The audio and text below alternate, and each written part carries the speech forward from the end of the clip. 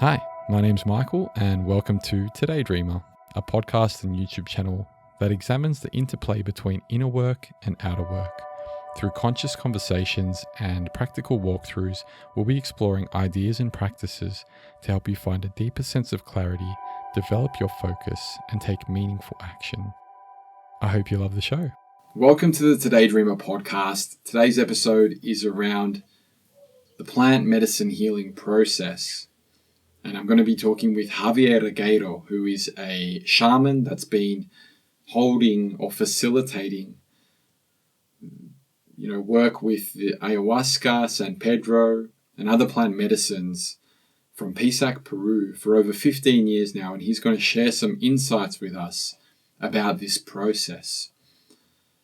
He's going to clear up some common misconceptions, especially ones that he has experienced coming a lot of the time from a Western paradigm. And he's going to talk to us about the safe, responsible, and considerate use of these sacred plants. It's a very interesting conversation, and if you're someone that has an interest in psychedelics or has, considered working with plant medicines to facilitate your own growth and healing and expansion, then it's definitely a conversation that I'm sure will interest you. Feel free to take some notes, listen back over it a few times if you need to, because there's definitely a lot to unpack here. And that's pretty much all I want to say. If you're enjoying the content, please consider subscribing. Other than that, let's get into the conversation with Javier. Javier, would you like to introduce yourself? Sure, Michael. First of all, thank you for inviting me to be a speaker in your podcast. I'm very honored. And my name is Javier Regueiro. I was born in Switzerland from Spanish parents. And I have been living pretty much all over the world all my life. And I have been living here in Peru, specifically in Pisac, in the sacred valley of the Incas outside Cusco, for the last 15 years. I moved here in order to do my work, my healing work, particularly with Ayahuasca and San Pedro. Also, very early on in my work, I could see that, a specification.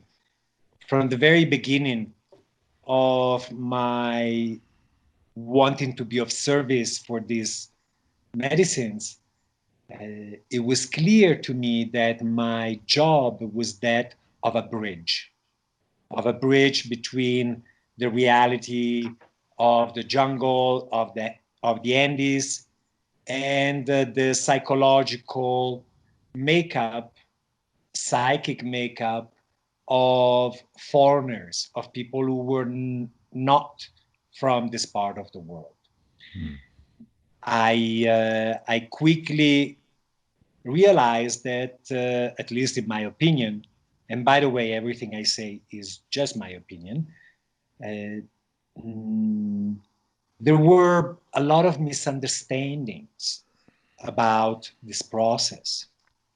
And that led me to begin writing my book on ayahuasca, which actually took many years before I self-published and eventually published. And 2.5 years ago, I also published a book on San Pedro for pretty much the same reasons. And within the next 2 to 3 months, there will be a third book on Peruvian sacred plant medicines about the Toe, known as Datura by English-speaking people, even though it's not accurate. The Toe is actually a plant of the Brugmansia family, which is very related to the Datura family, but not quite the same. Voila. You mentioned misunderstandings. What kind of things were you finding were kind of, I guess, looked at and kind of in a way that you felt like needed to be kind of cleared up? Okay. The first big misunderstanding is a cultural one, and it comes from our consumerist attitude that says, if I have the time, if I spend the money, I'm entitled to have the experience that I'm looking for. Now, this is not realistic. It's specifically a Western attitude. The psychic, the spiritual world of the Andes in particular is ruled by the principle of Aini, which translates as mutuality and reciprocity. This principle governs all aspects of Andean life, has done so for thousands of years. And it's about an exchange. So I have to make it very clear to my clients that their long journey by airplane, their money to pay for the retreat is only the beginning of their efforts. And they will receive from this process only as much as they're willing to put into the process. Okay? Mm-hmm. Another typically Western attitude, this is very interesting. After all these years, centuries, millennia, we're still looking for a magic pill. A magic pill that will somehow get us out of our misery without us really working for it. So, first of all, we have to engage in the process, but also the main misunderstanding, and this comes from our religious, philosophical point of view, and it's a misleading one as far as I'm concerned, that healing and awakening, enlightenment is the end product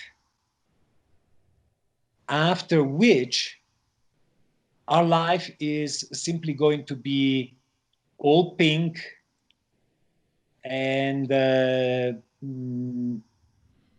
done for us. This is not my experience. For me, profound healing, awakening, self-realization, they're only doorways. They're only doorways that open up to yet different landscapes, and at times with further challenges. The wonderful thing about these healing and spiritual experiences is that they change, they help us see existence from a different viewpoint. And they greatly support us in embracing our own experience, our own life more fully and more gracefully. It seems like expectation comes into the picture a little bit, and I remember before preparing for my first experience or whatever I thought that might look like, I couldn't help but have some kind of expectation or some kind of assumptions that came to the fore. How does one let go of such expectations, even if they know that they're present, even if they're aware of them? How do you kind of guide someone to prepare from that point of view? Expectations are an expression of the ego.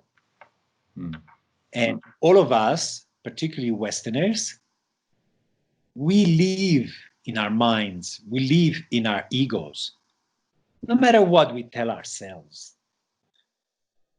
And therefore, as we approach this process, is only natural that we create expectations, that we create fantasies. How to deal with that? Well, what I tell my clients is very simple. I don't know to what degree they're actually able to practice it, but what I tell my clients is, if at any point during the ceremony or right after the ceremony, you feel impatient, frustrated, angry because you're not getting what you want, and that anger is a sure sign of expectations at work, then come to the awareness that you are no longer in your intentions, in your prayers, but you have slipped into expectation. And knowing that holding on to expectations only creates anger, then it's up to you to do what you want. Create more anger, or become aware of those expectations and gently, lovingly letting them go. Knowing with the awareness that the fulfillment of expectations is actually not to our best advantage. What these medicines, so we are fond of calling these plant medicines medicines. Some people even call cocaine medicine, whatever. We call them medicines. So what is a medicine? A medicine is something that helps us with what we need, not what we want. So Ayahuasca, San Pedro will, in the best of cases, bring to the surface not our wishes, but our needs. As particularly Westerners, we are so focused on our desires that we are totally disconnected with our actual needs. Which is why people drinking these medicines are often flustered and surprised by what comes up. And that's because they're totally disconnected from their real needs.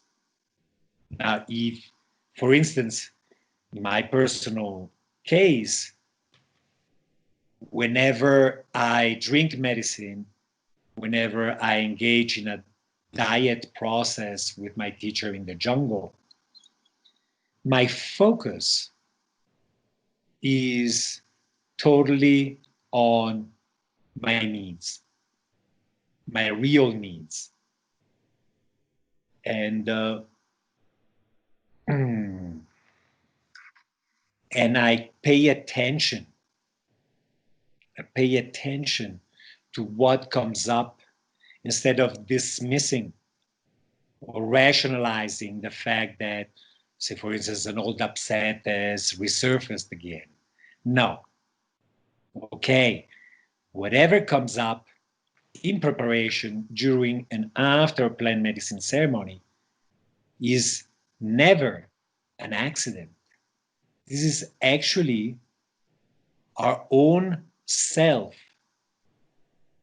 calling to ourselves and saying, I would really like your attention on this theme right now. There is an intelligence of our spirit. Our spirit, our souls talk to us all the time. But oftentimes we dismiss those voices. There seems to be some courage that's needed to be able to look into ourselves and almost face that part and move forward in spite of that unnerving feeling that naturally arises. Have you found this to be the case?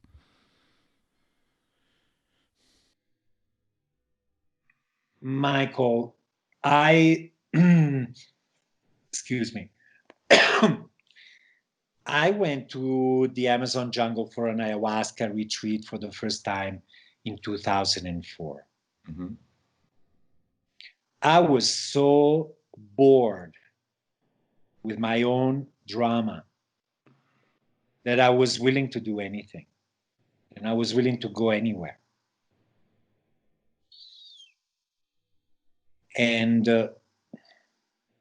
I don't know that you can call it courage, but there's definitely an element of discipline, of willingness, and also a desire to see our own liberation. Mm.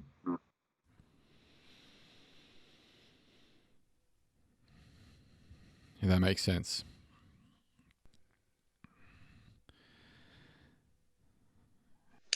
Now, to complete that answer, particularly ayahuasca, as far as I'm concerned, I feel that the biggest gift of ayahuasca to us nowadays is its ability to put us face to face with our deepest fears.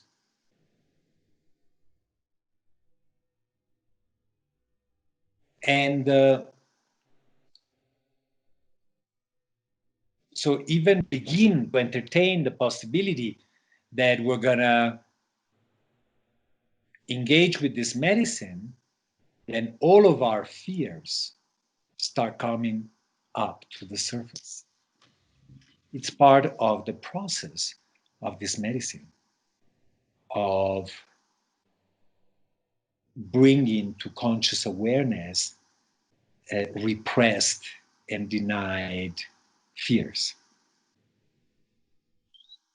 So the courage needed is really just a willingness to stop our control mechanism, our repressive mechanism, and become vulnerable and embrace what's hiding, what we have ourselves hidden in our consciousness.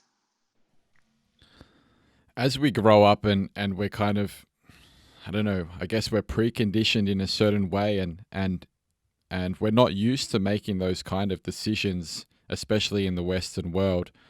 How does one come to that point to be able to be open enough, to be able to accept and to be able to go into it with that willingness that you mentioned? I don't know for other people, but in my own case, so the first time I drank ayahuasca, I had a total disintegration of my ego. Total. I had prepared really, really well for 3 weeks before the ceremony and explored my own fear, not the fear of this medicine, the fear of whatever this medicine may reveal to me that I had hidden from myself. So basically, on that first ceremony, I experienced, for a Westerner, the worst possible. I was lucky enough that before the ceremony, my friend Jim said to me, if you find yourself in choppy waters, just tell the medicine, I'm willing.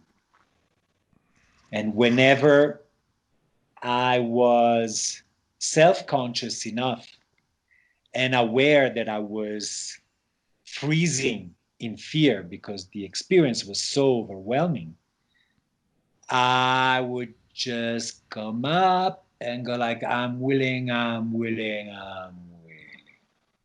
And my experience would come to a very brief, a reassuring stop before going on again. Mm. So this is about trust. It's about trust in the medicine, but also trust in ourselves. Because what we often do is we project our own mistrust against ourselves onto anything that's available, including these medicines. And drinking plant medicines has quickly taught me experientially that there was nothing to fear, that ultimately what I would meet, experience under the effects of these medicines was just an aspect of myself. And at some point, I made the choice, the conscious choice, like I am done living my life in fear of myself. And it's been amazing. You know, when I first went to the jungle in 2004, I drank ayahuasca a couple of times, years before. Mm. And by the way, my own healing journey from childhood was, you know, I grew up Catholic. It was heavily colored with shame. And when I went to the jungle, my biggest fear was that people would see me for who I was, with that fear of being rejected, which is one of the core soul wounds that I came here in this planet to heal. Well, you know, 1, 2, 3 ayahuasca ceremonies. And I'm like, you know, what you've been hiding from yourself and the world is no big deal at all.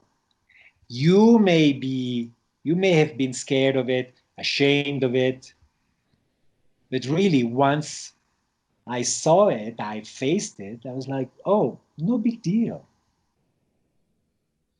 But I had to face it.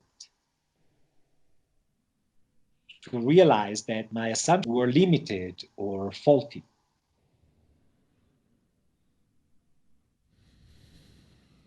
That sounds like an important realization to realize that, you know, you may not be seeing everything that is, and that sometimes our perspectives are, or probably not only sometimes, our perspectives are kind of limited by, you know, that they are limited beliefs and assumptions, and we might not be able to see the totality of everything, and understanding that there's still a lot to learn and being open to those lessons, I think. And you mentioned this in your book, the rigidity of the mind. And that seems like one of the most humbling gifts that plant medicines offer us. This ability to I guess, move out of that rigidity for a moment, and realize that there's a little bit more than what we may have assumed was the totality of everything. And after, yeah. No, I was just going to say it allows us to take that breath, that single pause, and then I guess afterwards, it's like you're looking at life from a totally different point of view. You see that there's much more. We're playing in a much bigger space than what was kind of previously assumed. Yes. When we speak of consciousness expansion, we're not talking about tripping our balls off. Consciousness expansion is actually about an expanded viewpoint beyond the limiting and limited beliefs that we hold in our consciousness, and basically the lies that we keep telling ourselves. The biggest lie is that we are separate from creation. This is what gives rise to a soul, an energy that is a spark of the divine that has forgotten that is part of the divine. So the healing journey is about healing that sense of separation and nothing else, really. That's what the real treasure of this process and of any meaningful spiritual process is all about. Yeah. It's a really profound thing that you just touched upon, and I feel like there's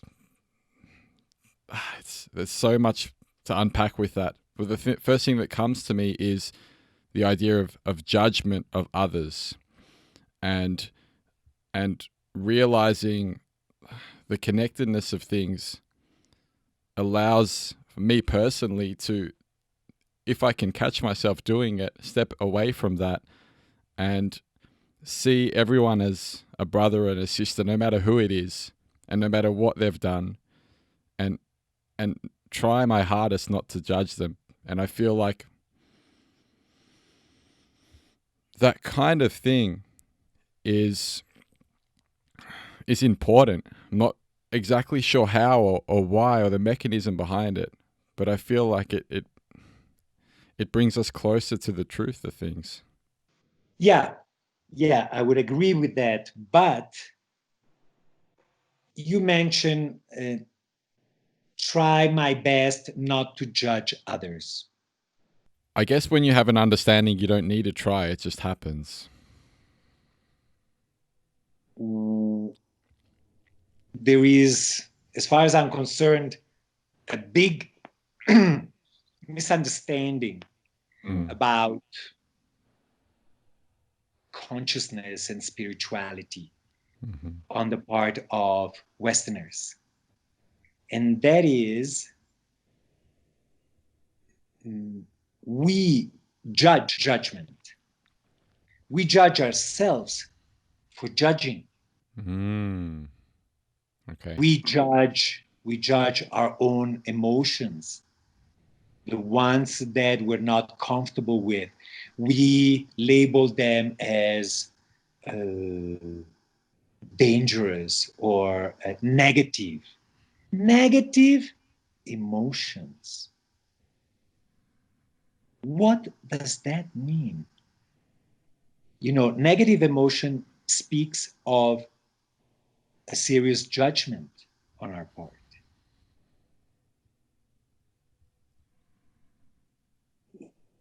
So for me, emotions, all emotions, are equally holy and important.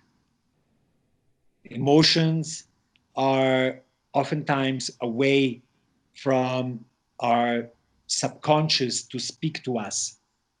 Say, for instance, anger. Anger oftentimes speaks of, I am not getting my needs met. Now that's important. If I repress my anger, I may not even be aware that my needs are not being addressed. In the same way, judgments are equally important because those judgments of others in particular, they're really indications of self-judgment. But if we go through life going like, oh no, I'm not judging anybody, what we're doing is we are repressing ourselves. So that recognition, not only the expression of our feelings, but also the recognition of, you know, why are you angry? What is that signal? What's that telling me? That kind of listening to that. Myself, yes. Yeah. Yes. Yeah. So, you know, it's really challenging for me sometimes working with people who identify as quote unquote spiritual people. Because, you know, they may not be practicing Christians anymore. Now they may be Buddhist or anything else. But there is the same attitude of self-repression, self-judgment, of telling themselves that in order to go to whatever kind of heaven they aspire to go to, certain aspects of themselves need to be buried as deeply as possible. Many Westerners who pursue spiritual disciplines are so busy in that pursuit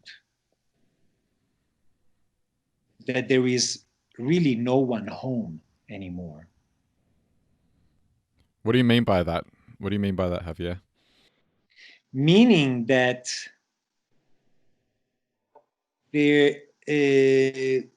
who we are being is a formula, as nothing authentic, is just another set of rules, self-imposed. Now, for me, the beauty of plant medicines is that, you know, before a retreat, I tell my clients, I said, our ceremonies together are not a performance. Actually, they are a wonderful opportunity to let go of the perceived need to perform. So, for instance, when I see someone at the beginning of a ceremony sitting in perfect lotus position, with the right clothes, the right beads, yada, yada, I tell them, lay down, make yourself comfortable. Put your hands on your lower belly and breathe into that. Stop performing. Because if we are in a spiritual identity, that is a bubble. That is a bubble that oftentimes the medicine cannot pierce through. You follow me? I'm with you. Yeah. So the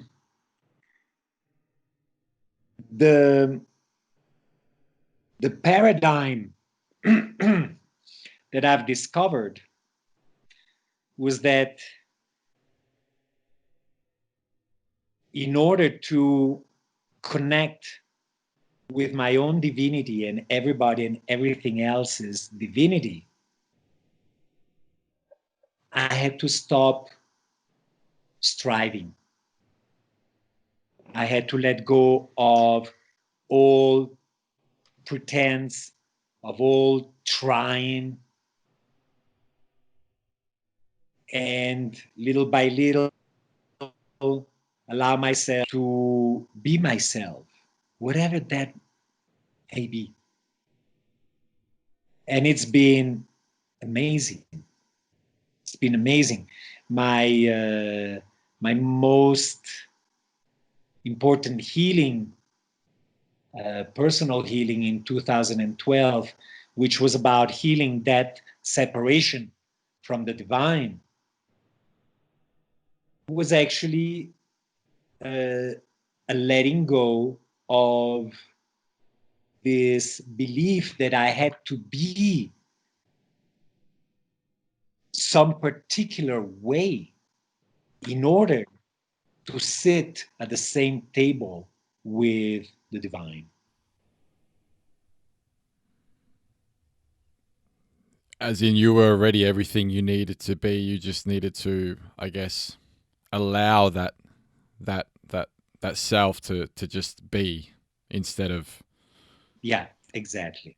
It sounds a lot easier than it must be, Well, it was a long journey getting there. This is also what is important to remember. We talk a lot about miracle, instant healing. There is no such thing. Because those profound healings and self-realization experiences are only the culmination of lifetimes of searching and healing and whatnot. So, continue. Sorry, I interrupted you. So you were saying it's only the culmination of lifetimes of work. Yeah, as far as I'm concerned. And bringing this all back to, let's say, a person who feels the call, I guess is the best way of putting it, to engage with this process of opening the next door in this way. How would one start to begin, I guess, to prepare for that next step? Well, it may seem very self-involved, but I would definitely recommend reading my books on plant medicines because they're very easy to read. They're not coded in spiritual talk. And they come from the consciousness that I have, so to speak, attained where I live as a result of this process. I would definitely encourage people to contact the person who may be leading a ceremony or a retreat and feel if there is a connection of some kind before actually signing up. Because in order to receive the most from this process, it's important for us to be vulnerable. Therefore, we need to have a good, however, flimsy, but a good connection with the person that is going to lead us through this experience, so that there is a minimum of trust, so that we can let go of our own protections. And following the rules, whatever rules are implemented. If there are no rules, like say dietary preparation, behavior preparation, if there are no such rules, I would look elsewhere. What is important to understand is that these are ancestral medicines. They are initiatory medicines. Initiatory meaning that they open up new doors. Okay. And the people of this land have utmost respect for these plants. In traditional societies,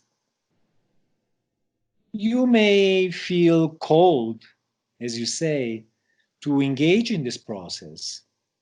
So what you do is you go up to the community shaman and you say, well, it's calling me. And the shaman will go like, okay. You will be invited to a ceremony only when the shaman deems that you are ready for it. Just because you want it doesn't mean anything. In all traditional spiritualities, there is an element of preparation. Say, for instance, you go to a monastery. You will spend the first few years cleaning the toilets. Why? Because it's through this exercise of patience and humility that the master will assess your level of readiness. Meaning that if you are impatient, if you are, I want, your ego is so big that whatever further initiations will be badly placed. This is what brings to the creation of sorcerers of any kind. People who are still on a very strong ego level.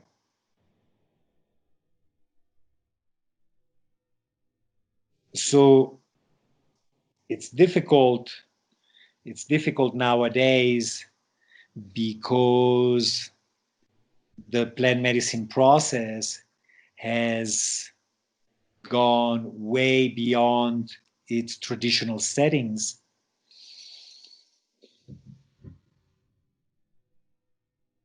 And, as far as I'm concerned, people can do whatever they want. It's part of their journey. But I found the traditional approach to be very wise, to provide a solid, safe, and flexible container where we can have these experiences that are very, very powerful. So even though I'm not a traditionalist or a purist by any means, I do appreciate that ancestral wisdom that is still very much alive. Well, I guess that wisdom has been built up over such a long period of time that it requires our respect, or it deserves it at the very least, and the openness to consider, the ways of the old, and to take that into account, and really approach this whole process with humility and with respect. So, even if we can't prepare in such a lengthy and I guess I'm not sure what the right word is, but proper process, or the same way that they might have done back in the day, taking it seriously and really putting that discipline in and approaching it with respect, I think seems to be a very important thing, especially because we've got, well, I think most people in the Western world have no idea of, I don't know, again, what the right word is, but the power behind this and the respect that it does deserve. Traditional societies and plant medicines have one truly important lesson for us modern people. And that lesson is a lesson of reconnecting us with a sense of the sacred and of reverence, profound reverence for all life. Instead of holding on to this objectifying consumerist attitude that says, I can do whatever I want with this.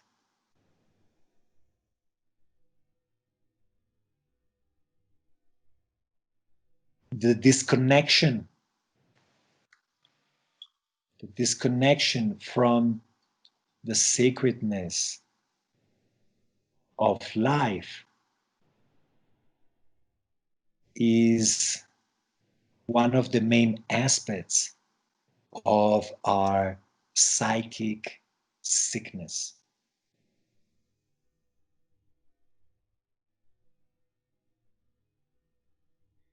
So this process can help us heal that disconnection. But in order to do that, it's for us to let go of our old attitudes and listen and watch and pay attention little by little and learn and reconnect with the sacredness of all life. That's the real treasure of this process. as far as I'm concerned.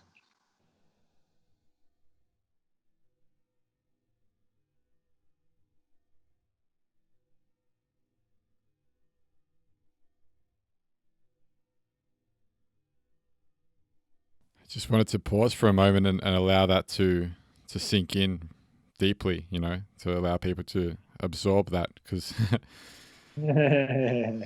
it's hard to follow a comment like that. It's good just to allow a bit of silence sometimes.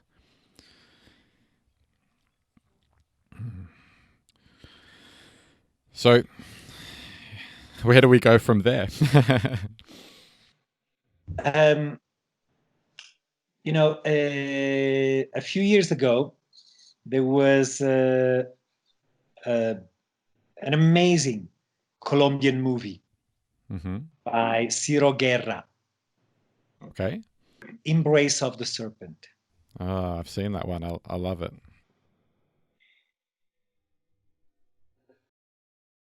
I decided to write a special chapter, which I included in both my Ayahuasca and San Pedro book, inspired by this movie. Because this movie illustrates the common, so to speak, mistakes that we foreigners keep making whenever we look for answers outside our own culture, but we bring our own psychic sickness into it with often deleterious results. So I highly recommend your audience to watch that movie. It's a stunning movie. And it's very deep in its teachings. One of the messages in the movie that gets repeated over and over because these Westerners just don't get it is to let go of their baggage, to travel light, and not only in terms of physical stuff, but most importantly, letting go of our mental baggage so that we can open up to a different world. We go to these faraway places, but we insist that things happen our way. That's part of Western modern arrogance and of the ego. So we do well to let go of that agenda. I've seen people totally new to this process, totally new to the jungle. Within 2 days, they had their own idea of how this process should be. It's like, if you know so much, why are you here to begin with? Aren't you here to learn? To move beyond what you think you know.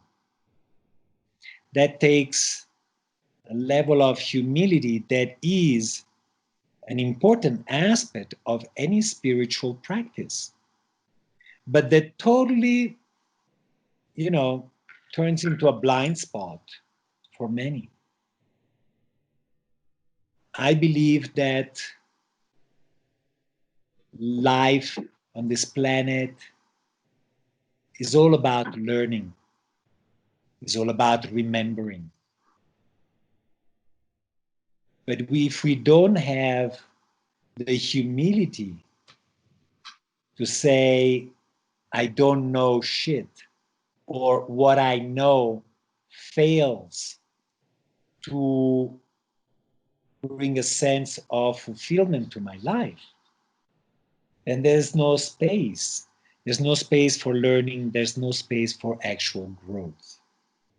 And I am most grateful to my teacher, Don Francisco Montes, for always, whenever he meets or says goodbye to his clients, when before they leave his center, he says, well, this is a science that never ends, meaning that there's always something to learn. And the true humility is to know that what we're here to learn, we have no idea about. So it's about staying open to the lessons that the universe and our spirit are bringing to us. Instead of going like, well, I'm here to learn this or that, or no, stay open. An open mind, an open heart.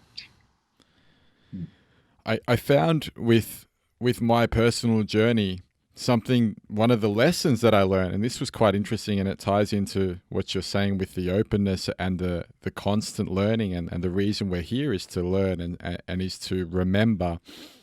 The lessons, the one really potent lesson that came up for me was that there are teachers all around me all the time, and depending on my openness would really kind of that would allow me to take in more or less of the lessons around me, and that I could approach every relationship as if, no matter who was in front of me or what was in front of me or the situation, there's an opportunity to learn from everything, and everything can be a teacher if we're open to it.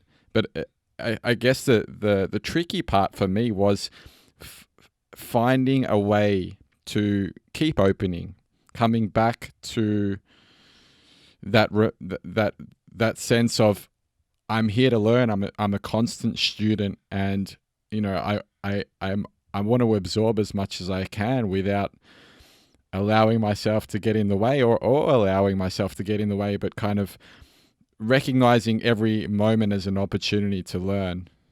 Because when I was, engaging with this experience and with a ceremony, one of the ceremonies, I found that so many lessons were coming through in ways that I normally wouldn't see them. Like I would be blind to the lessons, but sorry. And I felt that I had, for the first time almost, a chance to see that or recognize that. Good. We are all teachers to one another.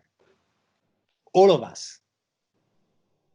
We invite into our lives exactly the kind of teachers we need at any given moment. And it's important to be aware that any really good teacher will sooner or later drive you insane, be so annoying. The bigger our reaction, the more sure the sign that this person has something really, really juicy to teach us. And I agree with you, it's challenging at times to honor the fact that these annoying characters are our greatest teachers. It takes some discipline to stay with it and ask ourselves the question, okay, what is the lesson that I'm trying to teach myself by inviting this annoying character into my life? you know, even even me, when some drama comes up, I'll spend anywhere between 2 hours and 3 4 days resisting. I'm annoyed. I'm like, oh shit, again. Mm-hmm. Mm-hmm. And I let myself have that reaction, because allowing myself to have that reaction takes the steam off of it. And eventually, I'm like, okay, what is actually going on? I had a client and friend send me an email a couple of weeks ago, and she said, Javier, finally I realized that we are in one big fat ayahuasca ceremony right now. I'm like, yeah, yeah. And she said, you know, when I finally got a little bit more serene in my head, I remembered that this is not happening to me, it's happening for me. That whatever challenges we invite consciously or unconsciously into our lives, they are all for our own benefit. They may be unpleasant, challenging, all of that, but they're for our very best. Ancient Egyptians actually, apparently, valued challenging experiences above anything else, because it is by meeting and embracing our challenges that we grow. If we keep it all hunky-dory, we may have a good time, but basically we stay miserable. We stay kind of immature. It's challenges that enrich us beyond anything else. I can definitely feel the truth of that one, Javier. I just feel like this conversation has been deeply rewarding, just being here with you now and listening. I'm sure I want to listen back over it a couple of times and see, if I can take in a little bit more of what you're saying. So I feel like there's so much wisdom in your words, and I wanted to extend, my deepest appreciation for you being open to have a chat with me, have a conversation. It means a lot. You're welcome. You're welcome. What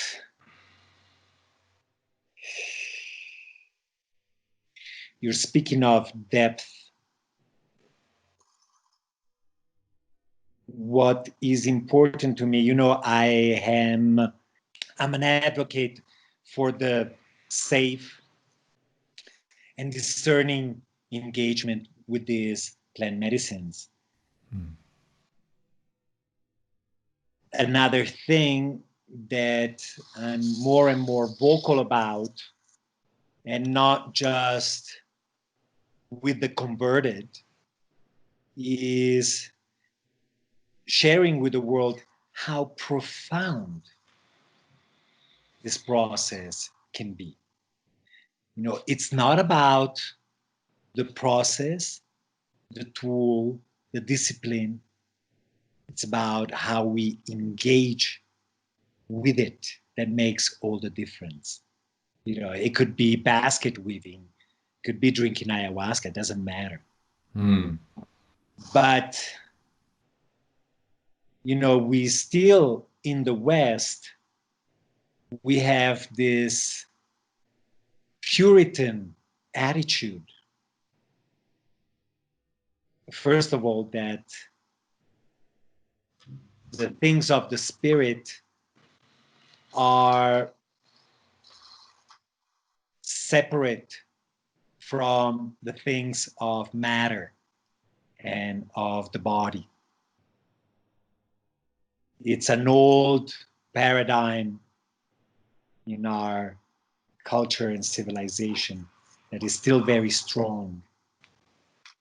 And then there is this prejudice on the part of people who consider themselves very spiritual that says that plant medicine is a decadent, a lower form of spiritual practice, just because they're scared of it, just because they've never tried it, just because, so, you know, the plant medicine experience put us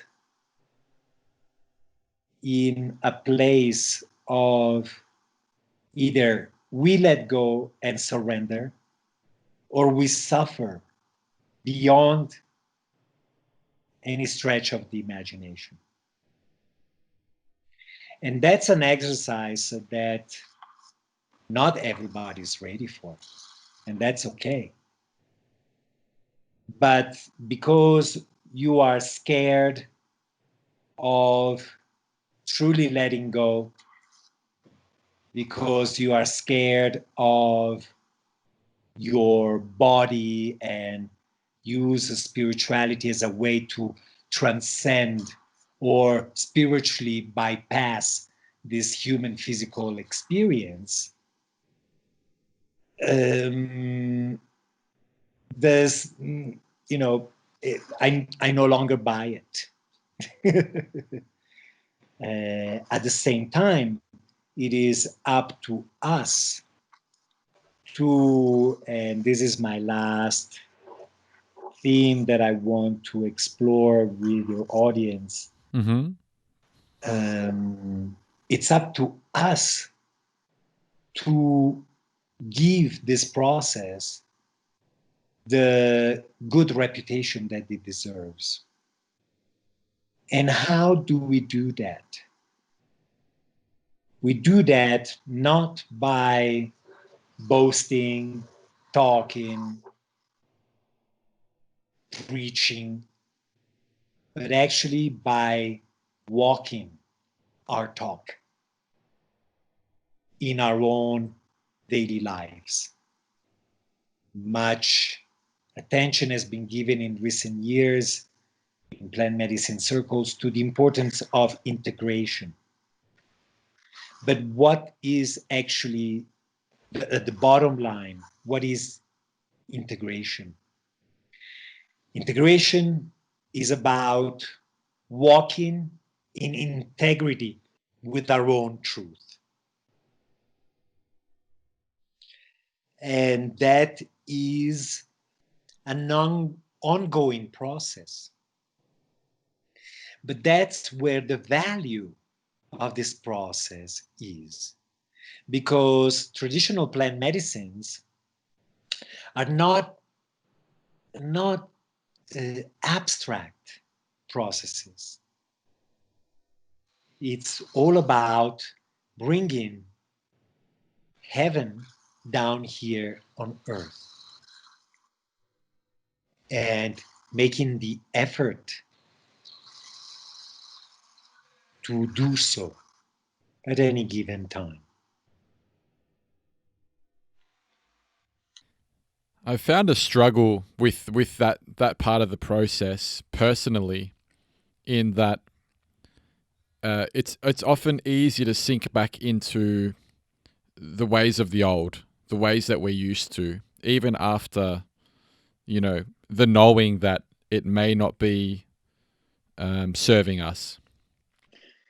Okay, I'll answer your question and then we'll call it a night. That sounds good. Yes. But this is an important concern Mm-hmm. for many people who engage in this process. Mm. So I'm glad you bring it up.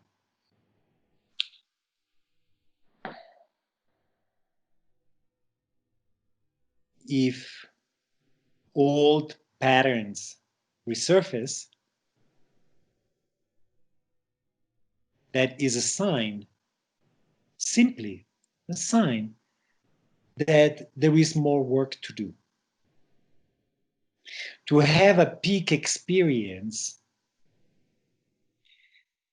is very valuable, but our consciousness is like an onion, a many-layered onion.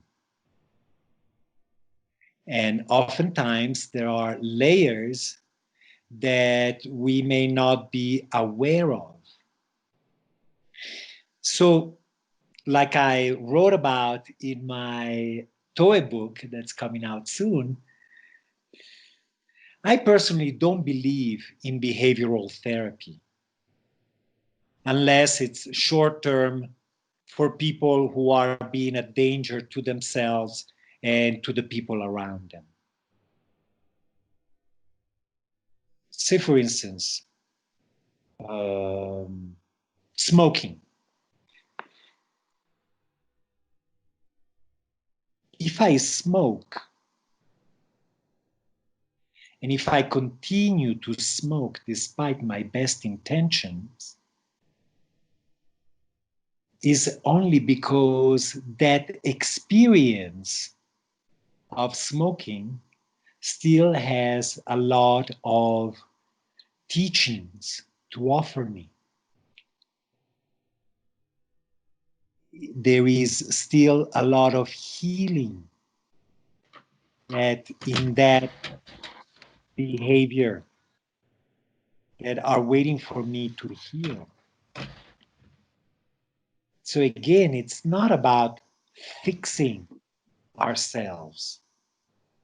That is an attitude that is so Western. You know, I need to fix myself at all costs and as soon as possible. No. Like I tell my clients at the beginning of a retreat together, is say, you know, even though this is a fancy hospital,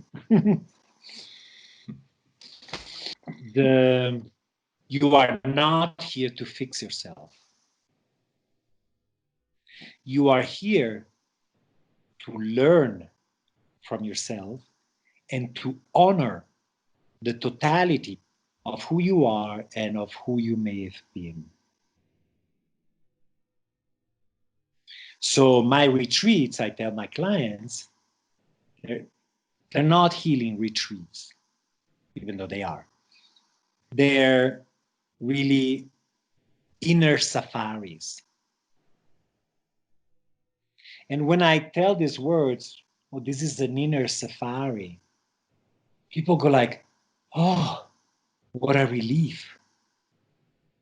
I thought, you know, I was here like going to jail for a couple of weeks. No, we are here to learn from ourselves, and most importantly, to honor ourselves, because all that we are, even those aspects of ourselves that we have the strongest judgments against, deserve our honoring. By honoring them, we're actually able to learn from them.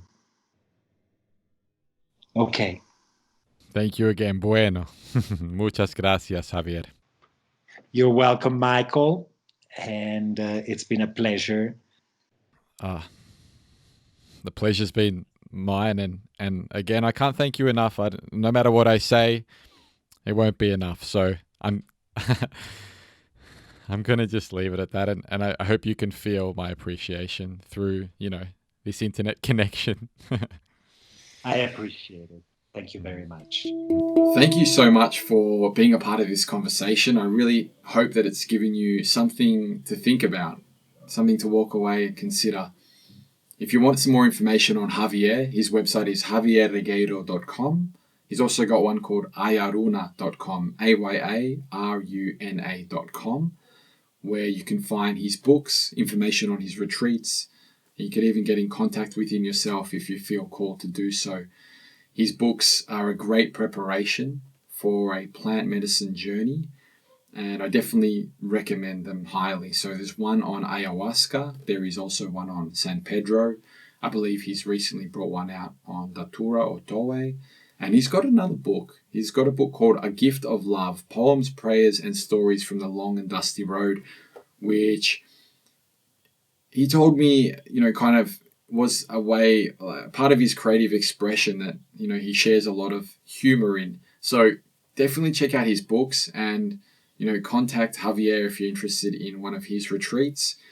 I really hope that these conversations are valuable and you're finding interesting points in them that you can, go off and use.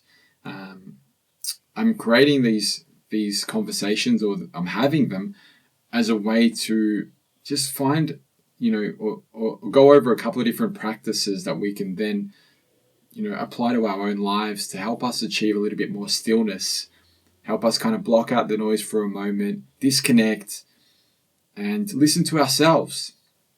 And then from that point, hopefully we can take some meaningful action. So if you're getting something out of it, please consider subscribing so you don't miss any of the upcoming releases.